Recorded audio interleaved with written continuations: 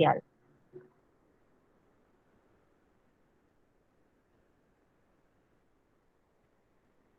O nadie ha leído nada. Quiero saber desde dónde voy a partir.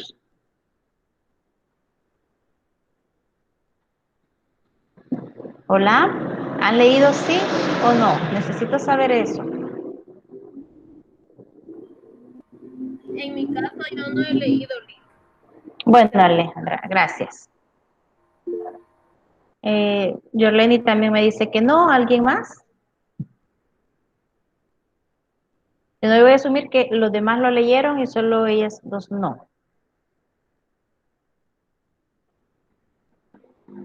Bien, vamos a comenzar con respecto a lo que dice el primer documento. Me parece que fueron dos los que yo les puse. Le voy a hacer énfasis en lo más importante para cuando usted lo vuelva a leer, vaya recalcando esos términos. Habrán algunas cosas que de ejemplos que yo voy a mencionar que no están ahí, pero si no, la mayoría de las cosas sí están. Se llama el primero racionalidad ética y racionalidad científica. Volvemos, por decirlo así, a lo que es la razón. ¿Se recuerdan que al inicio de la materia nosotros hablábamos un poquito de la recta razón? Y era la que nos decía qué es lo que realmente nosotros tenemos que hacer, lo correcto que nosotros tenemos que hacer. Puede ser que se refiere a analizar, a pensar, a actuar bien. Y cuando hablamos de racionalidad científica, estaríamos hablando de todos los avances tecnológicos, ya sea en medicina, en computación, en todo lo que se nos ocurra, que eso tiene que llevar cierta razón. Quiere decir que hay muchos experimentos buenos o aparentemente buenos que le hacen más fácil la vida al ser humano, pero tienen su problema ético. Por eso es que me dice, la racionalidad científica debe de estar subordinada, quiere decir tutoriada o guiada o controlada por la racionalidad ética. Las dos se complementan. Como por ejemplo, nosotros recuerdan que hablamos ya en clases anteriores sobre el acto humano, nosotros podemos ya analizar cuando un acto es moralmente bueno, moralmente malo, cuáles son los elementos que debe de cumplir para ser aceptable, por ejemplo, en el acto voluntario en directo. Hablamos en la clase anterior sobre el aborto, por qué realmente el aborto tiene su gran polémica, porque al final se reduce en el asesinato de una persona. Y en el documento también aparece y le habla de lo que es la ciencia positiva. La ciencia positiva se relaciona con todas las ciencias que conocemos, la medicina, las ciencias propiamente, biología, química, física, la economía también es una ciencia, y le menciona de que el creador o el que postuló esa ciencia positiva es un filósofo de apellido Comte. Pero ¿en qué basó él su teoría? Llamémosle así, en los números. Todo iba fundamentado con un número. También usted recordará que en materias o grados anteriores, a lo mejor en alguna de la universidad que ha llevado, volvieron a tocar el método científico. El método científico se refiere a una investigación, a solucionar un problema que lleva hipótesis, que lleva planteamientos del problema, un marco teórico, etcétera, todo lo que es el método científico, pero hay un área que se refiere a datos numéricos. Generalmente es la estadística la que nos permite analizar los datos o resultados que se obtienen para poder dar una conclusión. Y específicamente a eso se refiere Comte. Le llama ciencias positivas a toda investigación o todo trabajo que se realice, pero fundamentado en los números. Y como los números son exactos, usted sabe que 2 más 2 va a ser 4 aquí y en China, son exactos, no van a fallar. Me habla también de que esos números a veces no se preocupan por la condición de las personas, tanto de trabajadores como clientes. Estamos hablando ya de una producción, que para que haya una producción de cualquier producto siempre va a estar el trabajador como productor, como promotor de ventas, etcétera, y el jefe o dueño de la empresa que produzca. ¿Qué aspectos negativos pueden traer estas ciencias positivas? De que hoy en día se nos vende que tanto yo produzca, así voy a ser valioso en la empresa. Si yo dejo de producir, yo dejo de ser valioso. Y como que separa un poquito la producción, el dar lo mejor para la sociedad y se deja a un lado lo que es la persona como tal. Y comenzamos a ver ciertas consecuencias de eso. Ya se nos refiere a cada uno como sujeto, ¿verdad? El sujeto que produce, el sujeto que distribuye, el sujeto que consume. Y como que ya no se nos trata como en el aspecto de personas. Le menciona de que ahí le relaciona consumo y consumismo. Consumo es lo que nosotros compramos para satisfacer nuestras necesidades. Hablamos necesidades, pero ya consumismo es cuando nosotros compramos cosas que ya no necesitamos, pero queremos darnos un gusto, queremos darnos un lujo. Y está bien, eso no está malo, siempre y cuando caiga dentro del presupuesto de cada persona y no altere su economía a incurrir en deudas. Porque cuando ya incurre en deudas se da el problema que ya las tarjetas de crédito, como las dan a diestra y siniestra y se las llevan hasta la casa a la persona, a veces llega hasta el límite de crédito que le da y entonces ya entra en un problema grave de deudas y ese ya es un consumismo desenfrenado, donde las empresas o la sociedad, ¿qué es lo que busca? Aumentar el consumo. El consumo en el documento le habla específicamente y le pone un ejemplo de un farmacéutico. ¿Cuál es la meta del farmacéutico? Crear la medicina para sanar una enfermedad.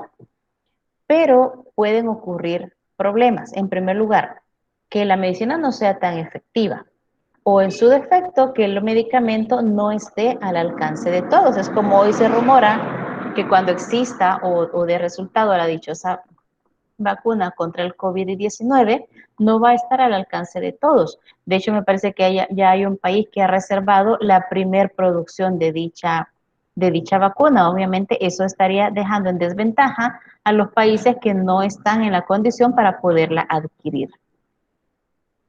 Y es ahí donde la racionalidad entra en un conflicto, porque se preocupa más la sociedad por producir, por vender, y los clientes por gastar, que ya se van descuidando ciertos aspectos.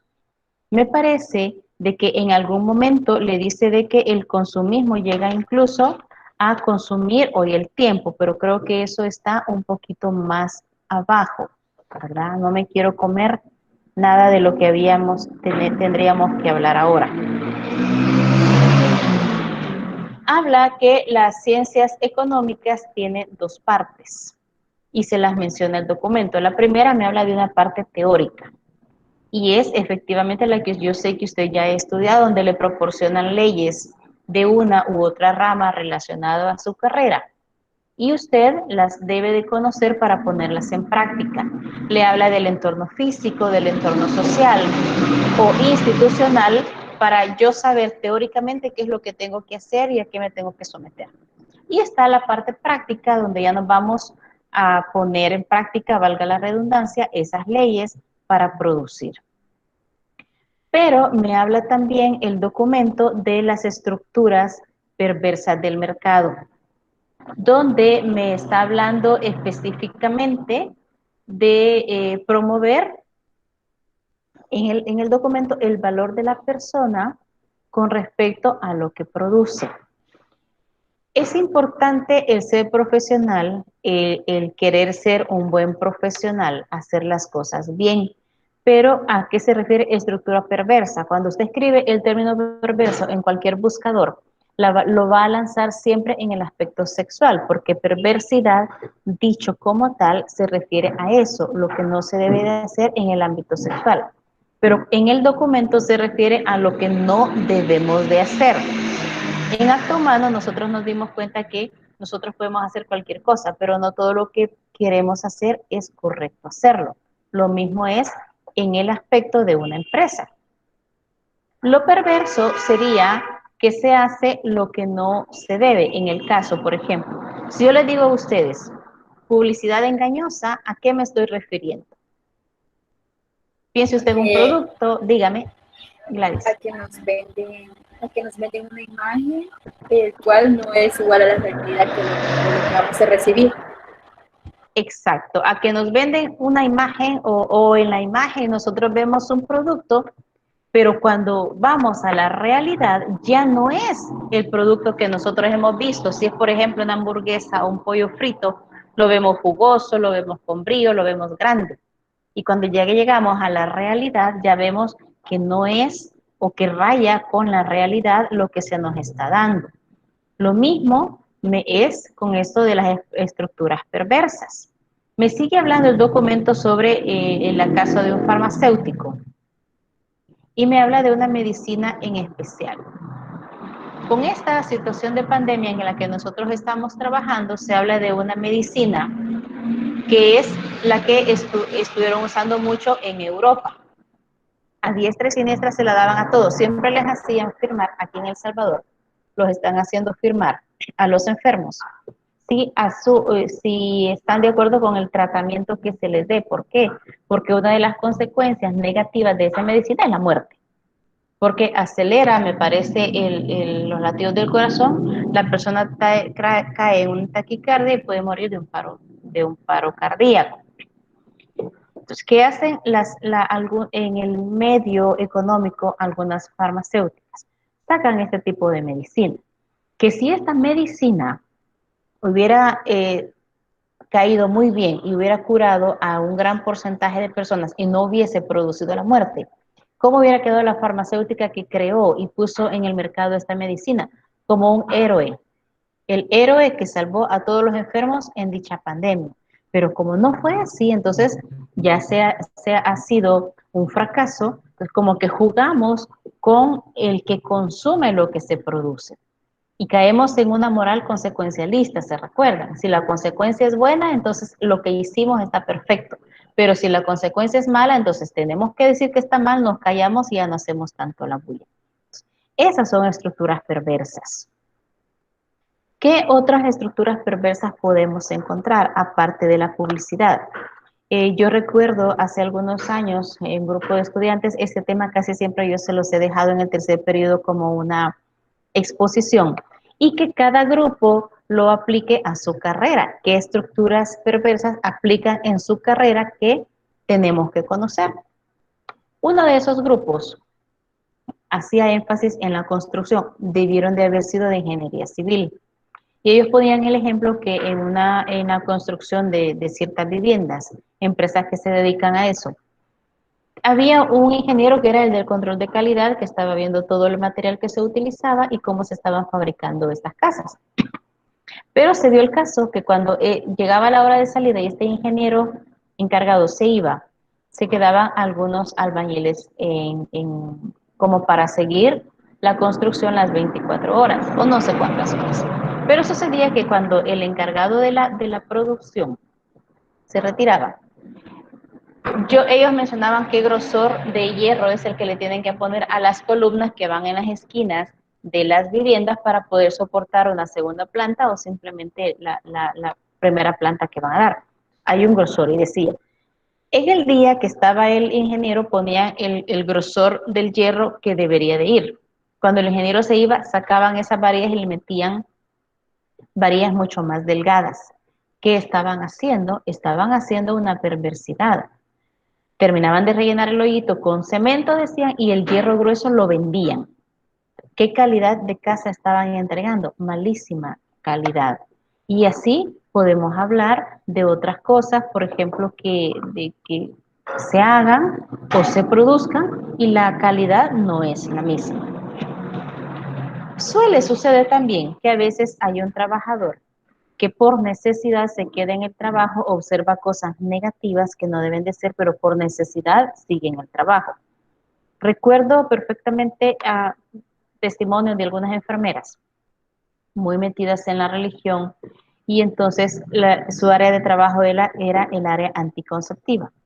Enfermeras muy clara, lo que hablábamos en las clases anteriores nuestras, donde decíamos que los anticonceptivos son abortivos silenciosos. Entonces, ¿cuál es la misión de estas personas en un trabajo de este tipo que raya con lo que ellos creen? Entonces, se les dice, bueno, usted Debe promover eso porque es su trabajo, pero debe de decirle a la persona qué es lo que está ingiriendo, qué es lo que se está inyectando, qué es lo que está usando.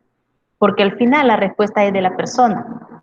Si la enfermera se lo explica cómo es y la persona decide utilizarlo, la enfermera ya no tiene ninguna culpa porque la decisión es de la persona. Y ahí vemos nosotros que también no se da la subordinación en el caso del tema que hablábamos de la fecundación artificial o in vitro, ¿verdad? La ingeniería genética, donde ya juegan con los genes, se utiliza a la persona humana como materia prima. Y decíamos en esa clase que ocurren más muertes que la vida que se logra por el óvulo fecundado que la familia elige. De ahí vemos nosotros que en la sociedad se dan muchos problemas, no solo en economía, sino que en salud, en paternidad, por ejemplo, en casi todo. ¿Qué es lo que tenemos que nosotros hacer? Es como que nos paráramos frente a una gran ola que viene en contra de nosotros porque todo el mundo está concordando con las novedades.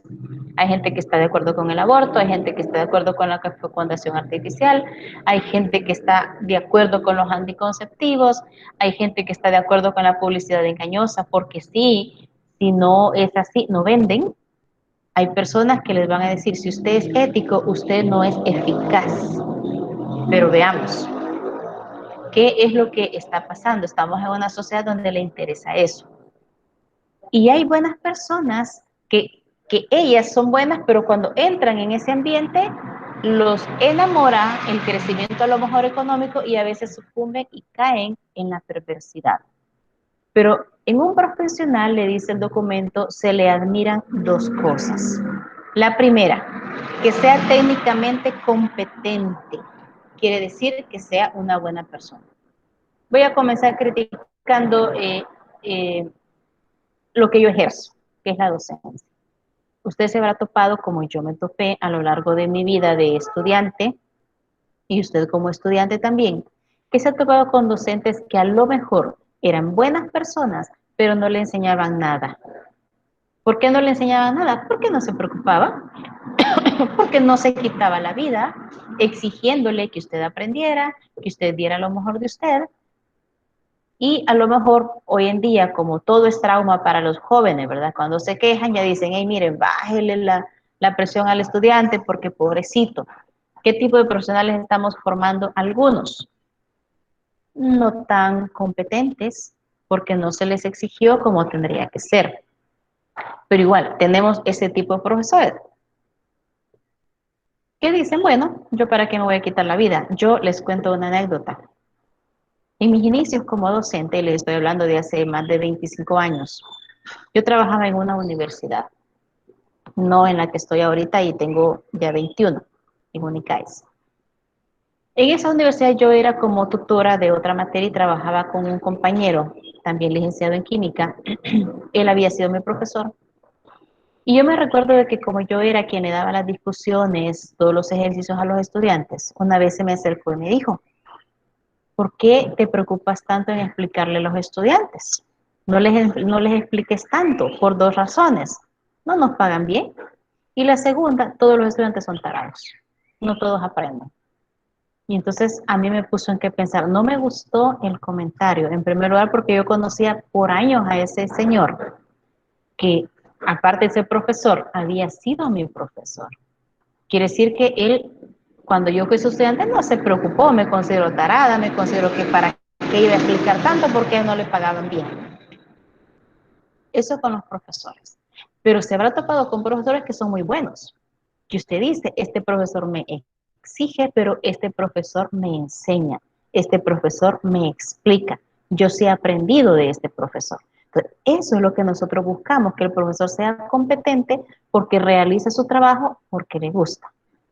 Salgámonos un poquito de la profesión universitaria, vámonos a un oficio, que a veces estas personas que desarrollan un oficio, como por ejemplo el albañil, una cosmetóloga, se enojan y le dicen, no, es que para mí es una profesión, pero hay que distinguir lo que es una profesión universitaria o cuando estamos hablando de una persona profesional en lo que hace. Son dos términos diferentes.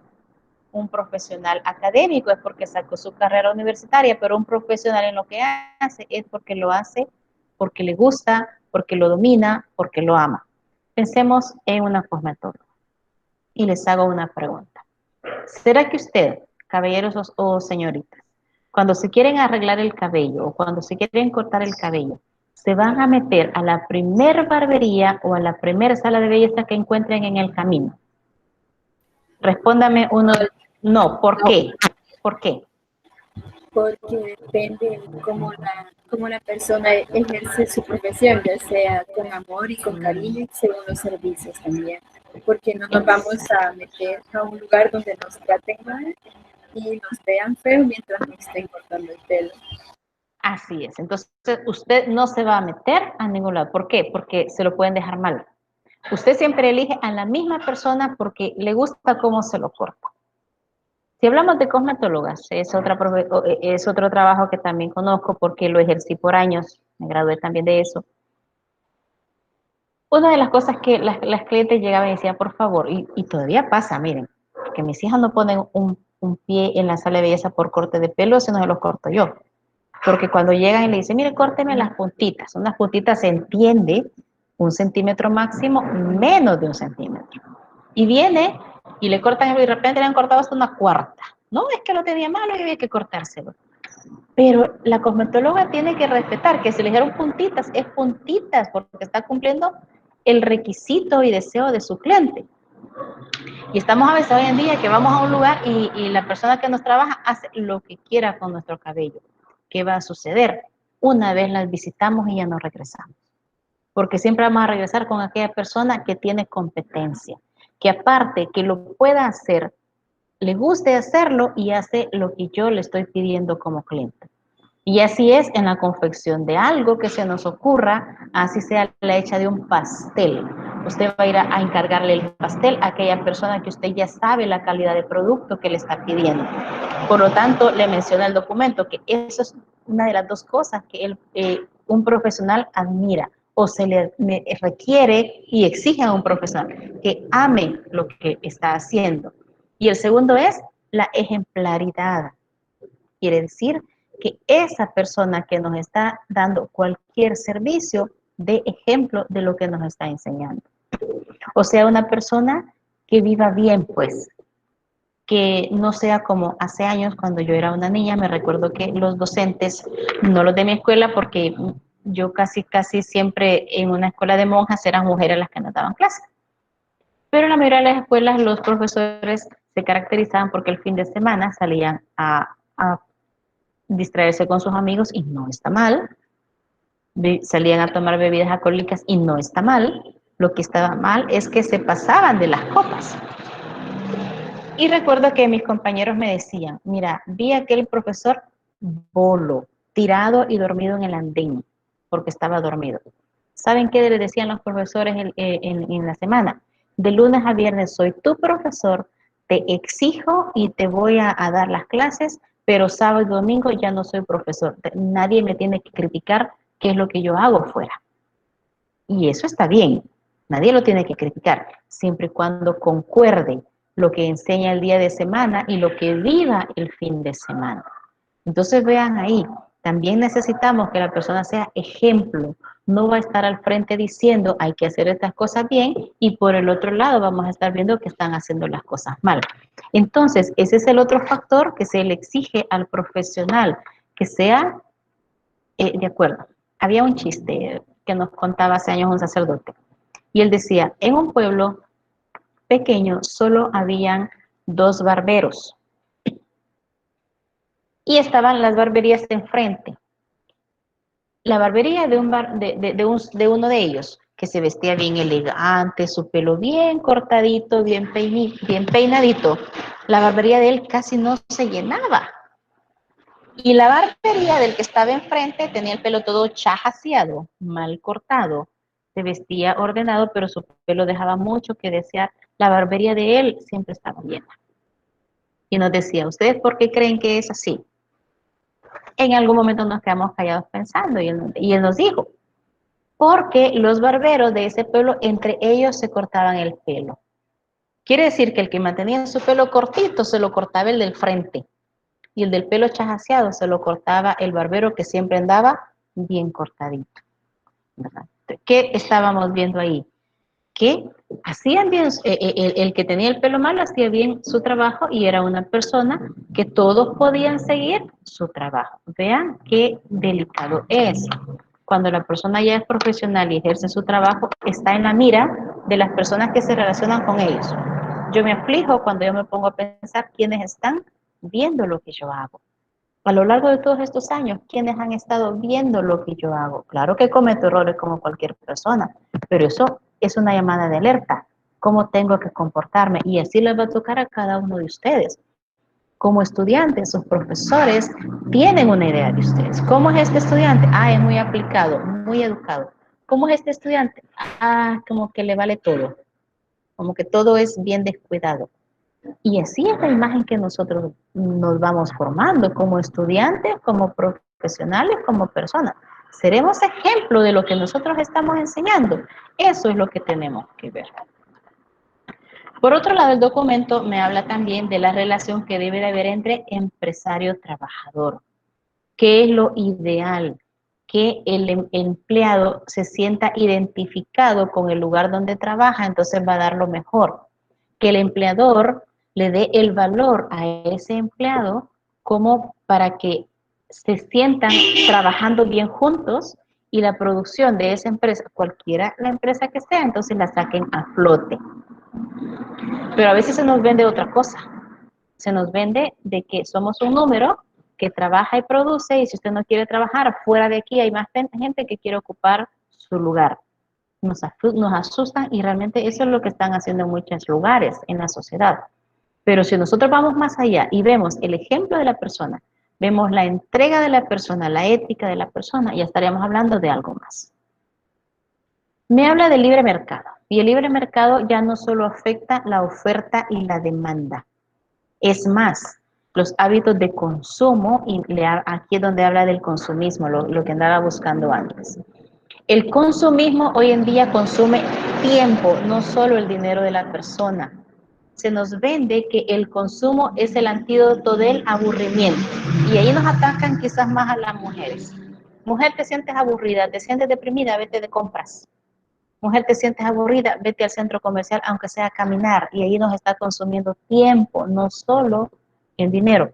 Hablo más a las mujeres porque se nos considera que somos las que más gastamos, las que más consumimos, etcétera. Pero puede ser un hombre también. No tiene nada que hacer, se va a algún centro comercial a perder el tiempo. Entonces cae en ese consumismo que le está quitando el tiempo. En lugar, dice, el libro se lo dice, el documento, nos consume tiempo en lugar de dedicarnos a pensar. Debemos dedicarnos más a pensar que a consumir. Y otra historia sería la que estaríamos escribiendo. Se debe trabajar para dar servicio, ganar sin afectar y buscar una buena economía de mercado, donde se valoren todos los aspectos de los que estamos hablando ahorita. El sistema de mercado se vulnera, dice, cuando hay monopolios, que solo es uno el que está gobernando todo, o cuando a lo mejor hay varias empresas que son aliadas y a veces hasta se ponen de acuerdo en cómo van a estar dando su producto. Dicho en otras palabras, en la empresa se tiene que buscar una buena relación entre los compañeros de trabajo, entre el empleador y el empleado, pero también para dar un buen producto. Por ejemplo, si yo les pregunto a ustedes, si usted va al Dollar City, porque es la tienda más común que nosotros tenemos acá, y usted va a comprar un producto, ¿cuánto espera usted que ese producto le dure según su calidad?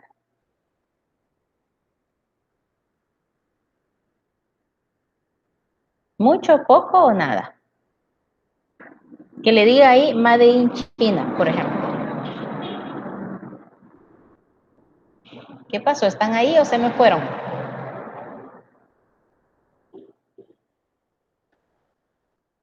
Poco, ¿verdad? Muchas Dígame. veces según el precio, porque como incluso hay un dicho que nos dicen, ¿verdad? Lo Ajá. barato sale caro. Lo tenemos muy muy centrado en eso, prácticamente lo regimos por un precio, pero cuando la persona tiene, por decir así, un nivel económico bajo, se va rigiendo por lo más barato. Ujú. Así es. Y ahí tiene que ver con criterios también y con la posibilidad de la persona. Pero ahorita estamos enjuiciando calidad. Por ejemplo, vamos a comprar algo, si es un juguete, por ejemplo, que lo compramos a un niño o alguna herramienta que a lo mejor querramos utilizar, al primer uso o al segundo uso, eso ya no sirve. O a los niños, al primer juego ya no les sirve. Pero decimos, es bueno nosotros. Pero esa es la forma de la manufactura de China para países como el nuestro. ¿Quién es la manufactura más grande para Estados Unidos? También es China. Vaya, pregunte a sus familiares que viven allá cómo es la calidad que China le manufactura a ellos. Es excelente. No es algo que se le va a arruinar a la primera puesta, no es una ropa que le va a desteñir a la primera lavada. Quiere decir que es la calidad. Y los mercados, por eso aquí le está diciendo que debe de haber una mejor legislatura para la economía, donde se procure dar la mejor calidad y que queden clientes todos los involucrados en la economía. Que debemos de trabajar con personas y no solo con sujetos, no veamos solo como el sujeto productor, el sujeto consumidor, el sujeto distribuidor, para que así nosotros podamos poner lo mejor de nuestra parte e ir eliminando esas estructuras perversas. No sé si hay comentarios hasta ahorita o dudas. No, todo claro. Todo está claro, muy bien. Con esto estaríamos terminando ya el último tema para el tercer periodo. Les decía, esta es nuestra última clase. El parcial me parece que lo tenemos el 4 de junio. Yo ya les puse por ahí, creo, en la plataforma, pero ya están los horarios. Ustedes me dicen, me parece que Empresariales me está diciendo, no me recuerdo ahorita el memorándum, que tenemos que dejar otra vez colgado el examen 24 horas. Muchos de los docentes nos opusimos a eso. ¿Por qué?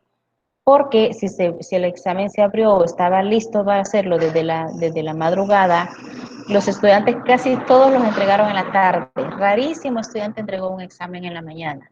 ¿Por qué? Porque a lo mejor se ponían de acuerdo para ver quién lo hacía primero y nos pasamos las respuestas. Eso todos estamos conscientes que se da.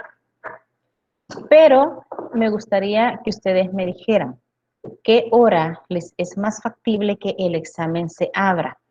Y yo dejarlo ahí colgado, pues que unas 6, 7 horas para que ustedes se movilicen cuando les conviene. Pero sí deben de tener claro que una vez usted accede al examen y usted descargue ese examen para resolverlo, solo tiene 2 horas clase para enviarlo. ¿Qué significa? Nuestra clase comenzaba 11:55 y yo los despachaba y la clase se terminaba a la 1:30. Quiere decir que no estamos hablando de 2 horas reloj, estamos hablando de 2 horas clase, que es hora y media. Si imagínese, usted entra y baja su examen a las 11:55, en teoría. Usted a más tardar tiene que subirme y mandarme el examen a la 1:30.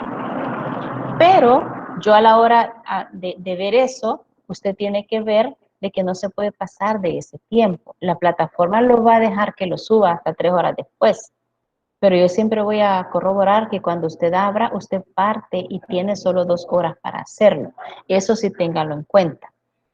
Por eso les estoy preguntando, ¿les parece que yo les abra ese examen desde las 11:55 y se lo deje que hasta 5 o 6 de la tarde que ustedes lo puedan subir? Para que tenga todo ese lapso de poderlo hacer. Sí, Lick.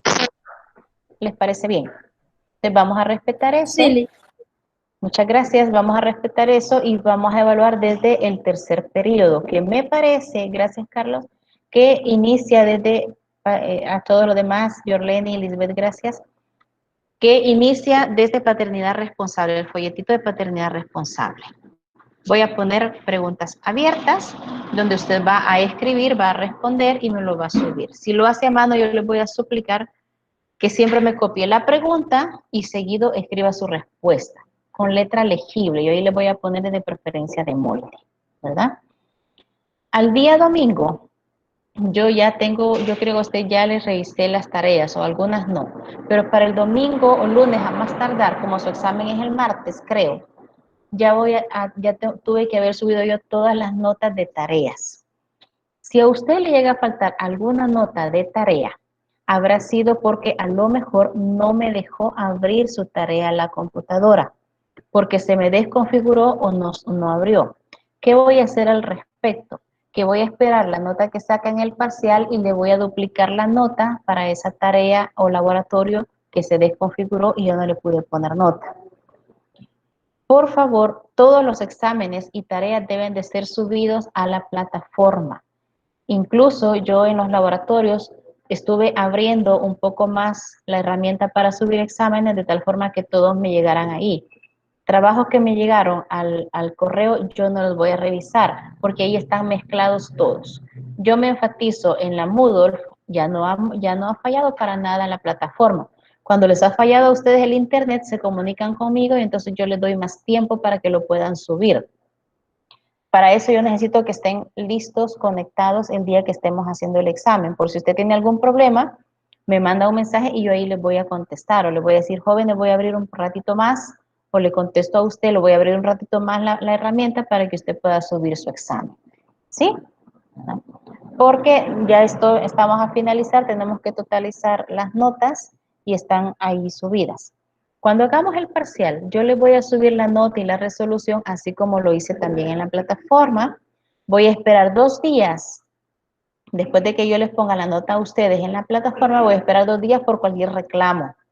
Reclamo de que usted vea que el documento que me envió a mí, no el que le quedó de borrador a usted, sino que el que me envió a mí, concuerde con la respuesta. Si eso no concuerde, yo me he equivocado al calificar, con gusto yo voy a revisar.